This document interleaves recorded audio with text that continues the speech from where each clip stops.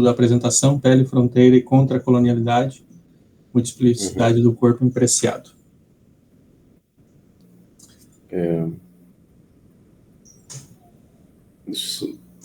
Vocês veem aí o meu slide? Sim, eu não sei se para todos, mas para mim está um pouco pequeno. Se você puder dar um zoom, facilitaria. Sim, eu vou dar nós acompanharmos. Lá embaixo, acho que você consegue, né, no canto direito, lá embaixo. Aqui? Não, ali no 64%, você aumenta a porcentagem, tá vendo? Sim, mas eu ia colocar a tela cheia. Pode entendo. ser que seja melhor. Tela cheia é o botão à esquerda desse zoom aí, ó, o primeiro botão à esquerda do zoom que você acabou de usar. Assim aqui.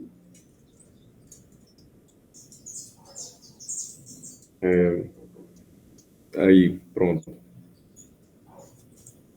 Bem, eu não sei como é que está o nome do título aí no papel, mas eu coloquei aqui, mas é a mesma coisa, o negacionismo e a pseudociência de um ponto de vista decolonial, saberes tradicionais e outras epistemologias.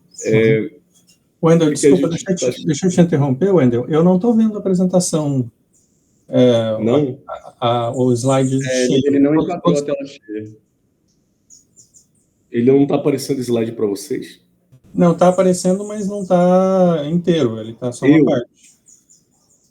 Uma parte dele? Do slide, Peraí, deixa eu então voltar aqui. Eu acho que ele entrou na tela cheia só para você e não entrou para a gente. Deve ser alguma coisa com permissão de visualização de janelas no próprio Meet. E agora, melhorou? Para mim não mudou ainda. Peraí, eu vou ter que tentar sair aqui da apresentação.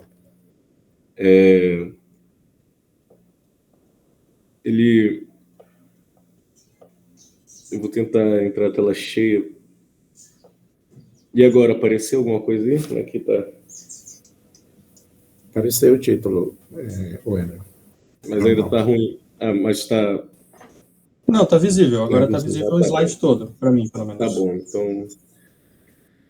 Agora, voltando ao trabalho. Então, esse trabalho, eu vou tentar discutir a questão da pseudociência e do negacionismo, não falando sobre saberes ou conhecimentos tradicionais e tentar pensar que tipo de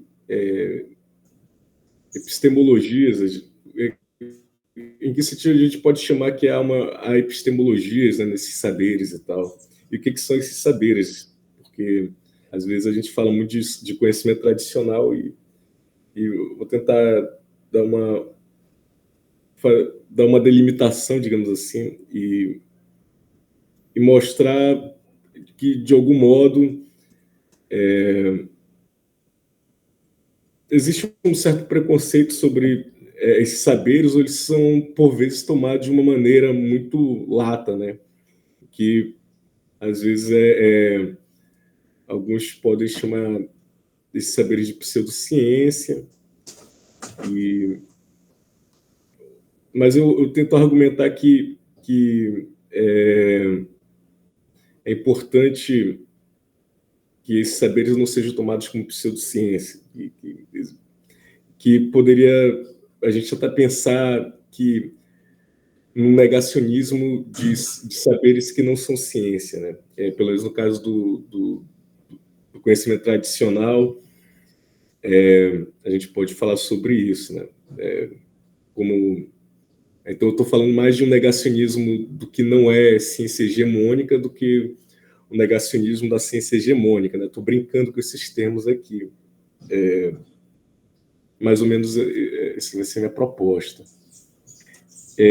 Então, aqui, eu não vou ler, justamente porque é 15 minutos, né? Então, é um tempo bem pequeno, né, para uma apresentação. Mas eu tomo aqui saberes tradicionais, né, conhecimento tradicional, e saberes dos povos indígenas, quilombolas, pescadores caiçaras, camponeses, ribeirinhos, enfim, esse tipo de conhecimento, por exemplo, conhecimento, vamos pegar aqui, de como pescar pirarucu, por exemplo, é um tipo de conhecimento muito específico de certos grupos ribeirinhos da região amazônica, né? E eles têm, e nesse tipo de conhecimento, que é estudado por cientistas mesmo, e até eles reconhecem como um conhecimento muito útil do ponto de vista da sustentabilidade, de manter aquela localidade, a partir dos métodos, né, que os ribeirinhos usam para pesca, para contagem de peixe, para maneira de abater o animal, etc. Esse tipo de conhecimento é reconhecido dentro de uma literatura antropológica e de etologia, por exemplo, como um conhecimento bastante eficaz e sustentável. Mas o que difere ele de um conhecimento científico, por exemplo, é que ele parte de outras premissas ontológicas, digamos assim, que estão fora de uma divisão do trabalho cognitivo da ciência hegemonicamente estabelecida, né? Que é a ciência que a gente conhece, porque trabalha com outras teorias, outros tipos de cosmovisões que são diferentes dos nossos pressupostos. Às vezes, por exemplo, se você, por exemplo, na química, você fala de moléculas e partículas, né? Dentro do conhecimento tradicional, por exemplo, da Amazônia, você tem outros entes, né? Entes geralmente que são tomados como conhecimento mítico, né? Por exemplo, o que está em volta, por exemplo, de um certo tipo de narrativa sobre contagem de peixe, às vezes está misturado com certas narrativas orais tradicionais, que para certa você não pode caçar de uma tal maneira na floresta porque isso pode despertar um ataque da caipora, isso é um exemplo, né? Ou sei lá, de certos mestres donos da floresta que podem de alguma maneira te atacar por conta de você estar desrespeitando o local, não está cumprindo com certas etiquetas. Essas etiquetas estão, em geral, misturadas com conhecimento tradicional. Eu não sei se ficou claro o que eu quis dizer conhecimento tradicional. Aí aqui eu vou passar essa parte, que não vai dar muito tempo, é que eu coloquei sobre o cientificismo, né? Que é justamente o que seria algo que se distanciaria dessa ideia de conhecimento tradicional, porque o cientificismo ele tem como base a ciência hegemonicamente estabelecida, né? Ele sempre vai tomar como os conceitos daquilo que é a terminologia técnica da ciência como um padrão e às vezes pode desqualificar outros saberes que não estão nesse hall, né? E tomá-los por vezes como pseudocientíficos, né? Sem considerar que para a gente fazer um debate legítimo sobre pseudociência, pelo menos hoje em dia, diferente do debate que foi tomado pelo Popper, né, pelo neopositivismo, é que a gente precisa realmente considerar certos conhecimentos que estão fora que seja apenas tomado como ciência de uma maneira que institucionalmente a gente toma. Por exemplo, conhecimento, pesquisa forense, trabalho jornalístico, são conhecimentos que trabalham também com evidência, mas são diferentes, né? Aqui eu falo de negacionismo, né? Mas o negacionismo que eu estou tomando é um tipo específico de negacionismo, né? Que é, por exemplo, que ele se coloca também como uma certa ciência e para desqualificar conhecimentos tradicionais, né? É isso que eu estou colocando como ponto. Aqui eu não vou poder dar muitos exemplos, né? Mas aqui eu acho que eu coloco alguns sinais de pseudociência tomando negacionismo como pseudociência, entende? Então, por exemplo, eu não posso, como cientista, o que eu quero colocar aqui, como falei outrora, que conhecimento tradicional seria uma pseudociência, ou então seria um conhecimento que tivesse um menor valor em relação à ciência. Então, assim, é como, por exemplo, eu dissesse que, porque nós temos assim o conhecimento sobre das parteiras, ou conhecimento de algum tipo de medicina baseada em vegetais, assim, muito usado por indígenas, assim, por quilombolas, como se fosse algo que precisasse da justificação, né, do conhecimento científico, sendo que ele é usado nessas comunidades, e às vezes a gente negar esse conhecimento como conhecimento, ele também, isso é um sinal de negacionismo, né, de acordo com o critério que eu tomo aqui do Hanson, porque se a gente toma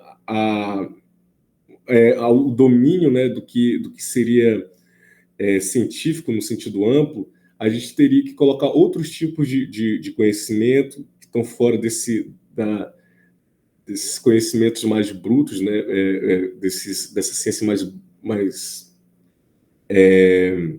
bruta, né, quero dizer, tipo biologia, física, né, que em outro momento, né, do debate do que seria pseudociência, era colocado como um padrão. Hoje em dia a gente toma outro tipo de padrão, né, considerar tudo aquilo que é baseado em evidência, né, como algo importante no combate da pseudociência, como algo importante no combate do negacionismo. Então, tomar o conhecimento tradicional como também algo importante nesse combate. E ele geralmente ele é protelado justamente porque ele não está dentro desse escopo que a gente toma como científico. E, em termos gerais, é isso. Um cientificista, ele, como um inimigo do conhecimento tradicional, digamos assim, ele seria, portanto, por mais paradoxal que isso parecesse, mas um tipo de negacionista, né? Então, ou seja, a defesa intransigente na ciência, nesse caso, ela teria como resultado final uma espécie de negacionismo, né? Um negacionismo, e uma espécie de pseudociência também, porque ele está baseado em coisas que não são evidência daquilo que a gente pode tomar na paleontologia, na arqueologia, na antropologia, que reconhece o conhecimento tradicional desses povos. E quando a gente não tem acesso a esse tipo de trabalho, por isso que é importante a gente conhecer as etnografias, o que tem sido falado dentro desses espaços sobre o conhecimento tradicional. E, às vezes, a gente, como discurso cientificista, na verdade, a gente está muito mais propagando um tipo particular de negacionismo, né, contra povos tradicionais, justamente porque a gente não tem acesso, a gente não conhece esses trabalhos de que tratam o saber tradicional e a sua importância e a sua peculiaridade com relação à ciência. Então, para concluir, por exemplo, muita gente elogiou o trabalho da Pasternak, que ela critica a homeopatia e etc.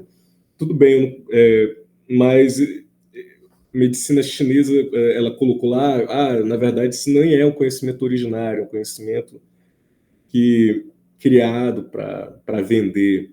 Não é esse tipo de conhecimento que eu estou falando, né? Há sim conhecimento tradicional, conhecimento que os povos utilizam. Existe muitos trabalhos científicos que mostram a eficácia de vários tipos de conhecimento tradicional, sobretudo feito por grupos rurais aqui do Brasil. A gente pode citar, como eu falei antes, né, o conhecimento das parteiras, o conhecimento medicinal, o conhecimento de agroecologia que existe, que, por exemplo, no Alto Rio Negro, né? No Rio Negro ele é tombado. Enfim, esse tipo de conhecimento. Obrigado, acho que meu tempo acabou, né? Nem falei tudo que eu gostaria, mas 15 minutos é isso aí. Obrigado, Wendel.